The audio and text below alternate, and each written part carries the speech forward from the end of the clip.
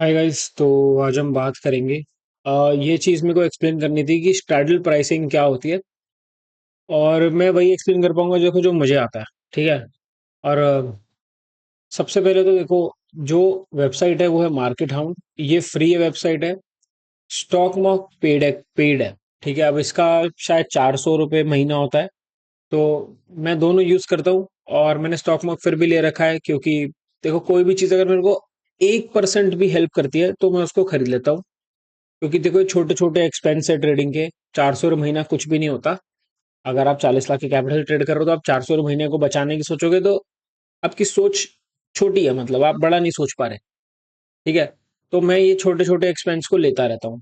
तो मैंने ये भी ले रखा है, ये भी ले रखा है, क्योंकि कभी कभार ऐसा होता है, मैंने देखा है कि मार्केट हाउस स्लो चलता है, स्टॉक मॉक बहुत बढ़िया चलता है उस कंपैरिजन में।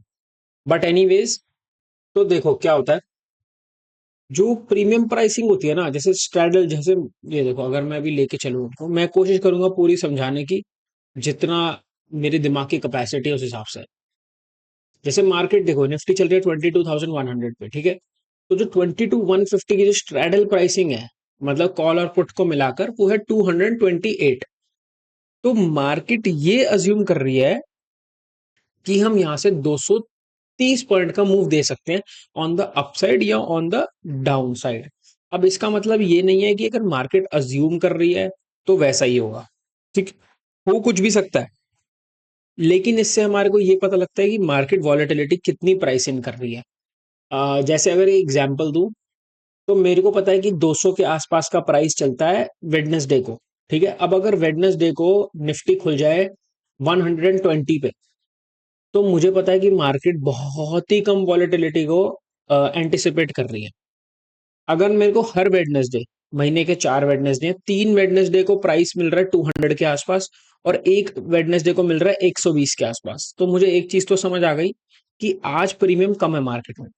प्रीमियम कम है तो मतलब क्या, हम स्किप कर सकते हैं, है ना। तो ऐसी जब आप रोज इंडेक्स को ट्रेड करोगे, आपको उसका प्रीमियम का आइडिया हो जाएगा कि उसकी स्ट्रैटेजी की प्राइसिंग क्या चलती है।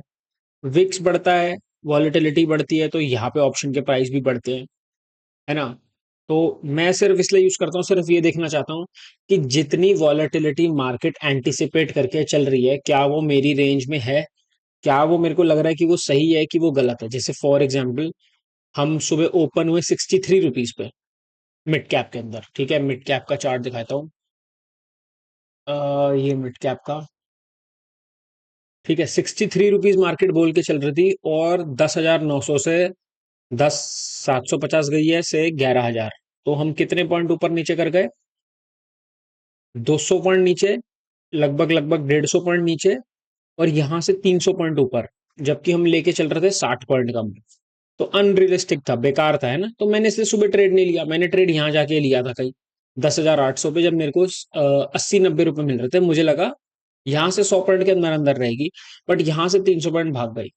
वो तो हमने ट्रेड को एडजस्ट कर लिया, मैनेज कर लिया, तो we close at a good profit. ठीक है। इसीलिए मैं यूज करता हूँ मार्केट हाउड को और प्रीमियम प्राइसिंग देखने में। ये मेरी एक्सप्लेनेशन थी। मेरे को नहीं समझ आया कि आपको पूरी तरह समझ आई कि नहीं, बट आप डाउट्स लिखो नीचे, मैं इसका पार्ट 2 बना के उनको भी क्लियर कर दूंगा। ठीक है। Thank you.